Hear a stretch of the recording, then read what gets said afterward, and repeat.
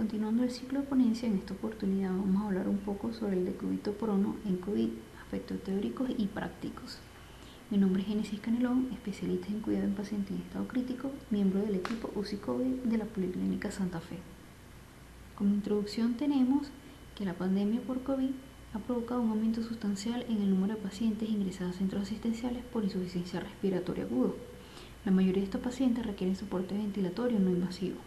Sin embargo, la tasa de falla es alta y la intubación a menudo es necesaria, generando así saturación de los recursos, disminución de la disponibilidad de camas en las UCI, aumento de la mortalidad, costos hospitalarios y, por supuesto, sobrecarga del sistema de salud.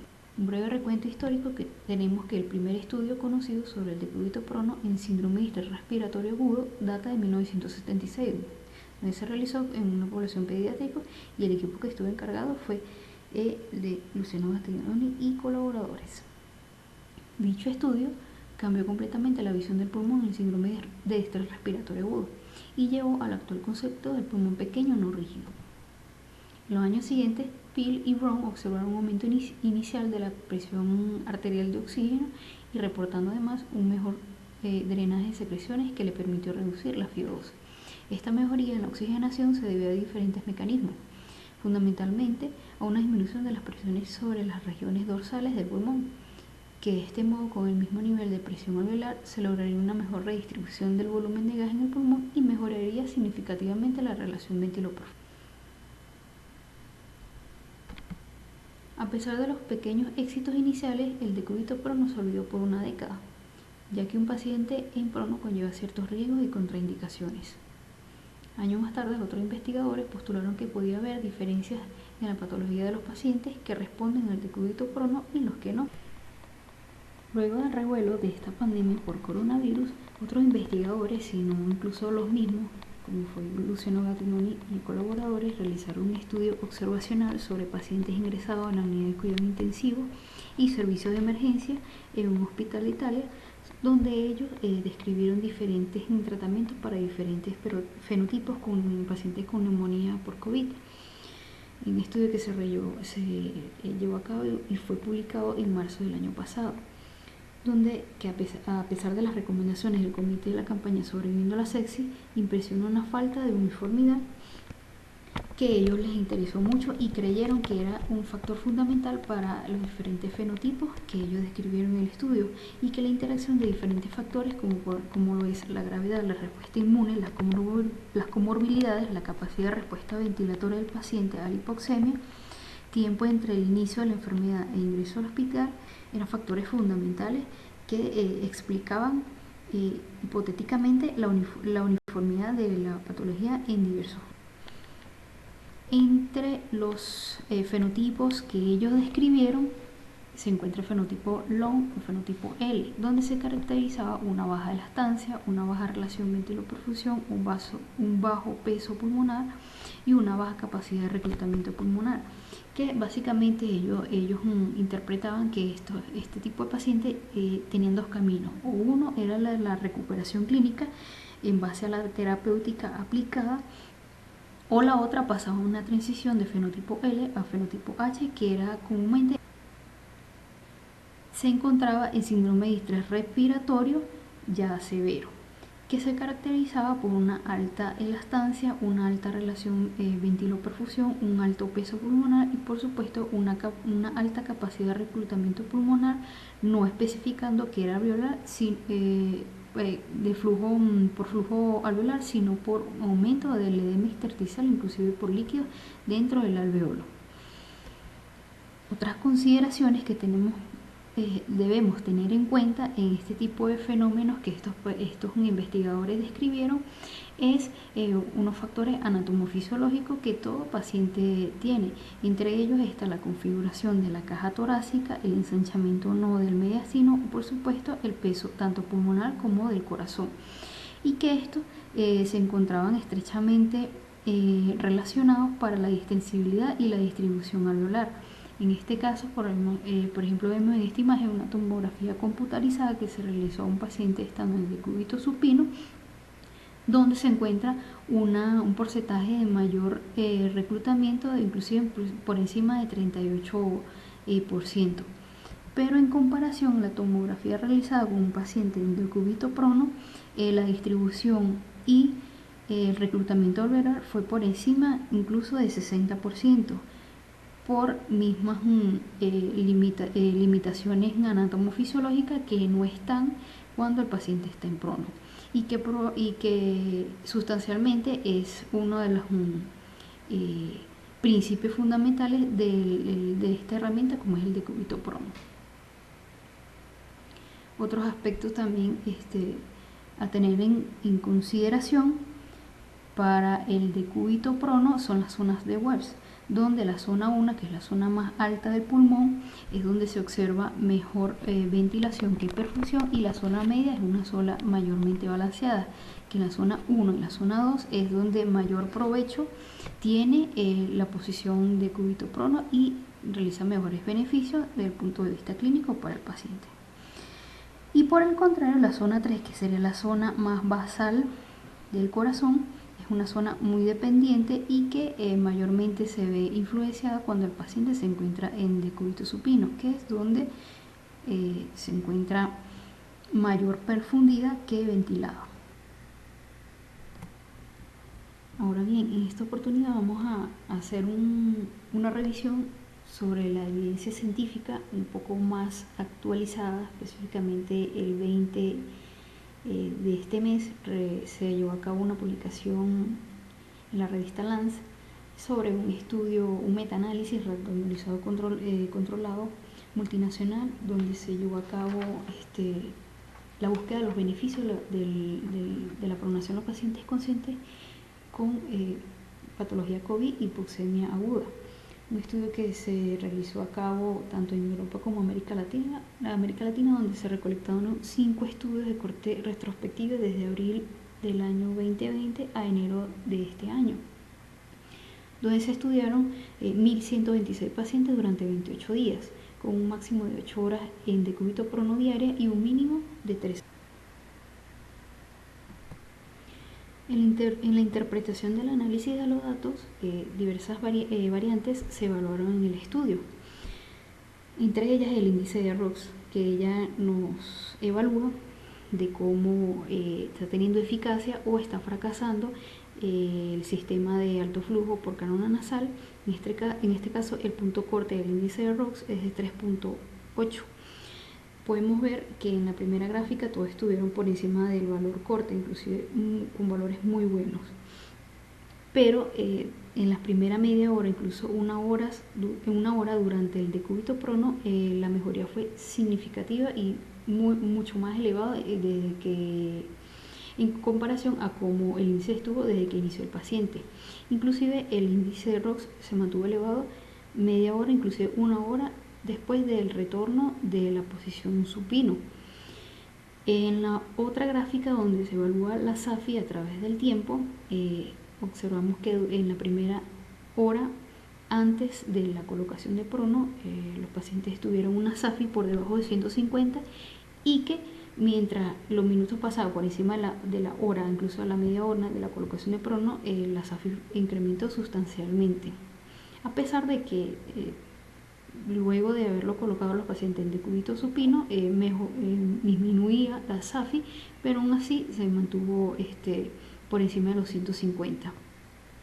Otro beneficio donde se observó el decúbito prono en estos pacientes estudiados fue en la frecuencia respiratoria. Y fíjense que en la primera media hora, inclusive a la hora de la pronación del paciente, la mejoría fue significativa, inclusive menos de 24 respiraciones minutos tuvieron estos pacientes, y que posterior a la colocación de decúbito supino, la frecuencia respiratoria siguió disminuida. En este análisis, en las tablas de Kaplan-Meier, donde se visualiza la línea azul, es la línea de los pacientes que se colocaron en decúbito prono, y la en roja son los pacientes que estuvieron tanto en decúbito supino y demás cuidados generales o cuidados estándar que se le aplicó. Y en esta tabla B, donde se observa que la probabilidad de intubación ocurrió en menos proporción en comparación a los pacientes que se le aplicaron los cuidados estándares, siendo el decúbito prono una medida protectora, inclusive con relevancia significativa. En comparación a la tabla C, donde se evaluó la probabilidad de la muerte a través del tiempo, no tuvo mayor relevancia significativa y las mismas probabilidades de mortalidad en los pacientes que se le colocó decúbito prono fueron las mismas a los pacientes que estuvieron con cuidado. Y como resultado final del estudio tenemos y podemos llegar a la conclusión que disminuyó la incidencia del fracaso al tratamiento de la posición de decúbito prono, redujo los requisitos de la ventilación mecánica invasiva y otros usos de recursos de las UCIs. No hay evidencia significativa de disminución de la estancia hospitalaria, no hay evidencia significativa de que no ocurra la muerte en ambos grupos de estudio, los efectos adversos son leves y ocurren en tasas similares. El decúbito prono despierto mejora la oxigenación, la perfusión, la frecuencia respiratoria, índice de ROX y probablemente la presión transpulmonar. A más horas en prono se asocia mayor éxito del tratamiento. Ahora bien, en esta etapa, cuando ya hemos analizado los diferentes fenotipos en pacientes con COVID y hemos analizado la evidencia científica actual, continuamos con los criterios para el decúbito prono. Entre ellos están los infiltrados bilaterales en vidrio deslumbrado y rayos X de tórax que los pacientes con COVID deben tener para la pronación de dichos. Patrón de líneas B en ecografía pulmonar, determinar el origen del edema es fundamental también. Pacientes con inicio de suplemento de oxígeno menor a 36 horas, una PAFI menor a 300, una FiO2 proporcionada mayor o igual a 60%, un PIB mayor o igual a 5 centímetros de agua y un volumen entidad de 6 cc kilogramos. Y como objetivo principal para el uso de la herramienta de decúbito prono es que la presión meseta, o también llamada presión plateau, no esté por encima de los 30 centímetros de agua. Un valor fundamental desde el punto de vista respiratorio, donde nos ayuda a evaluar qué tanto edema pulmonar puede estar teniendo el paciente. Y por supuesto, desde el punto de vista metabólico, tiene que estar en unos rangos de pH de 7.20 a 7.45.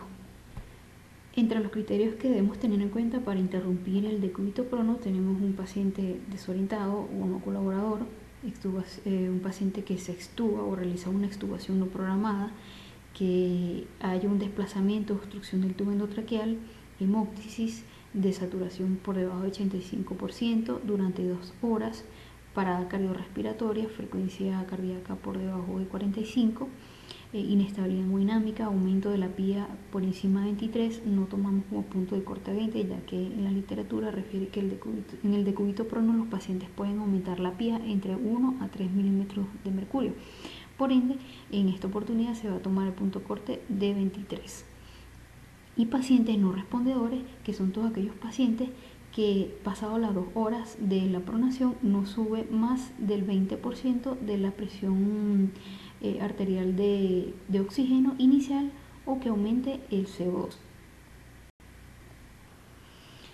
Entre las contraindicaciones del decúbito prono tenemos la disminución del nivel de conciencia, la desorientación, el trauma cráneoencefálico, el embarazo, una frecuencia respiratoria por encima de 40 por minutos, paro cardíaco reciente o que presente arritmias letales el paciente, una hipertensión intraabdominal o intracraneana, lesiones inestables de la médula espinal, cirugía abdominal o torácica reciente, fracturas entre ellas pelvis, hueso largo, inclusive la caja torácica. Por supuesto, un riesgo inminente de tromboembolias, pacientes que presenten quemadura o tengan obesidad por encima de 130 kilogramos. Está contraindicadísimo la terapia de decúbito prono. Y por supuesto que presenten sangrado activo.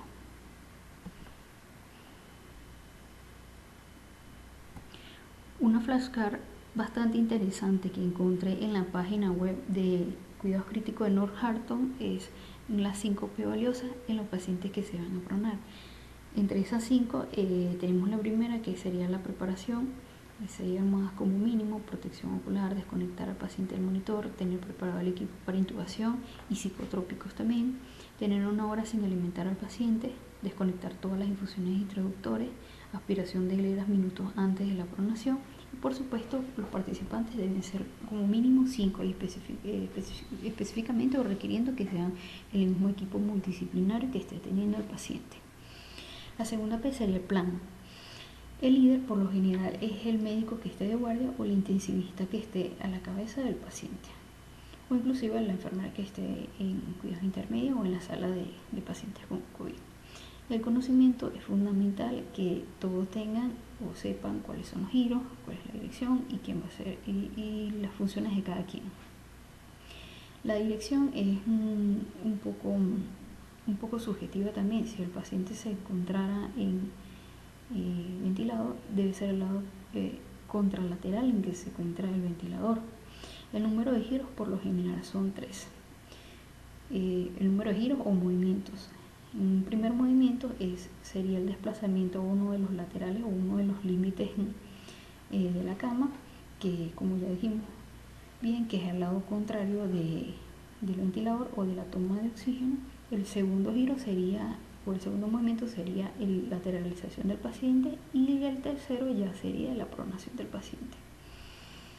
En los pacientes conscientes es un poco más fácil, pero el dilema ya vendría cuando los pacientes se encuentran intubados, que por lo general lo hacemos como se muestra en la imagen, en la primera imagen, que son como mínimo 5 participantes. Se le coloca, cuando el paciente está completamente en posición 0, se le coloca una sábana por encima, que esa es la que va a suplir a la que se encuentra debajo. Y ya las protecciones se colocan.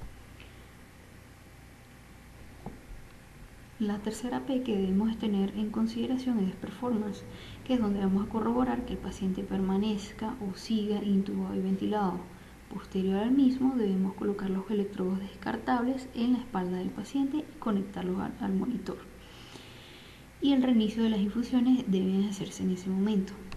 Otra de las P fundamentales que debemos tener en consideración, ya que ellas son las que nos van a disminuir o minimizar las complicaciones, es la de la protección, donde el principal soporte o el fundamental es el de la cabeza.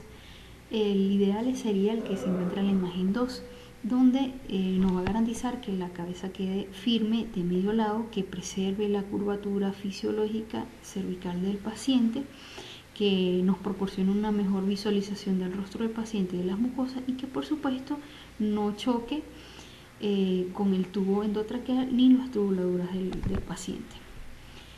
Otros soportes que también debemos de colocar en el paciente en decúbito prono es una almohada o un rollo acolchado de suficiente altura en la línea de los hombros, para mantener el tórax elevado y que el mismo se pueda expandir. En unos servicios prefieren colocar también protectores en las caderas, ya que el hueso púbico genera presión y pudiese generar por allí también lesiones, igual que en el caso de los masculinos pudiera generar la lesión en el sexo de ellos. También se debe colocar almohadas para mantener elevadas las rodillas y por supuesto en los pies, para que se mantenga elevado en los dedos, como se ve en la imagen 1. Debemos colocar los miembros superiores en la posición como se ve en la imagen 1, en posición de nadador. Y las mismas se deben rotar, tanto la posición de nadador como medio lado de la cabeza se debe rotar cada 2 horas. La quinta P sería de perfección, o también las pudiésemos llamar como el retoque final que le vamos a realizar a los pacientes para por fin dejarlos en decúbito prono.